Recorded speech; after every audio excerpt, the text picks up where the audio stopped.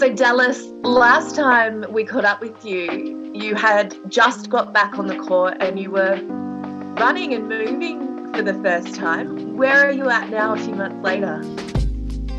So now I am back doing controlled contact, and next week I start one-on-one, which is super exciting. So I think, I've just basically since then just been in the gym, getting strong, just so I can, lower that risk and be ready for contact. I think I'm now on the home stretch, and I think hopefully this will now start to speed up. I just can't wait to be back playing, so this is another step that brings me closer to that. Pretty amazing to be hitting PBs, regardless of what they are, among a rehabilitation for an ACL. How does it make you feel when you do achieve something like that? Rehab is a lot of hard work, and I think, just to kind of look back and reflect on how far I've came so far, and yes, I still have a while to go, being able to hit some PBs and small goals throughout my way is just a little kind of reminder that, my hard work is kind of paying off, and, I will return to playing. I definitely do have ups and downs. You're always going to have good and bad days, but there's definitely getting more and more better days as my rehab's going along.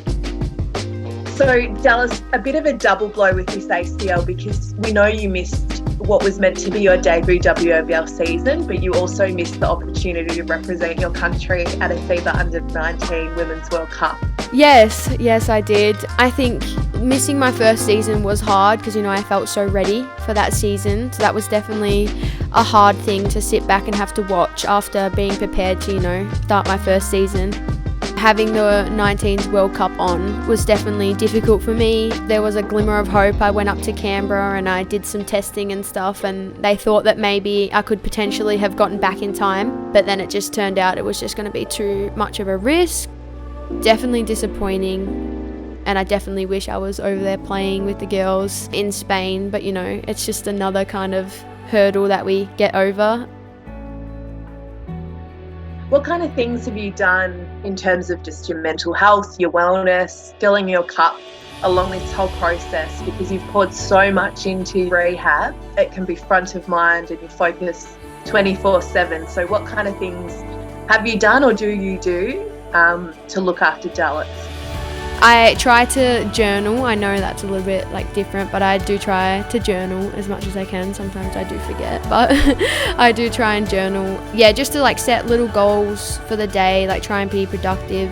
But I think just getting out, seeing people. Also I love training. I love the feeling of training and feeling like I'm getting somewhere. I just love the fact that I can go and lift and train now and just try and keep this rehab process moving.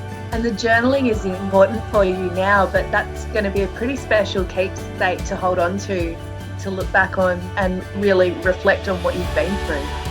100%. I think it's good just to put everything on paper, my day, my little goals for the day. I think just things like that I can tick off and feel productive, I think is super important. And I also think, as you say, looking back on it, I think also just looking back at photos, videos, the weight that I was lifting or how I could only run this amount. Just everything being able to reflect back on is super important.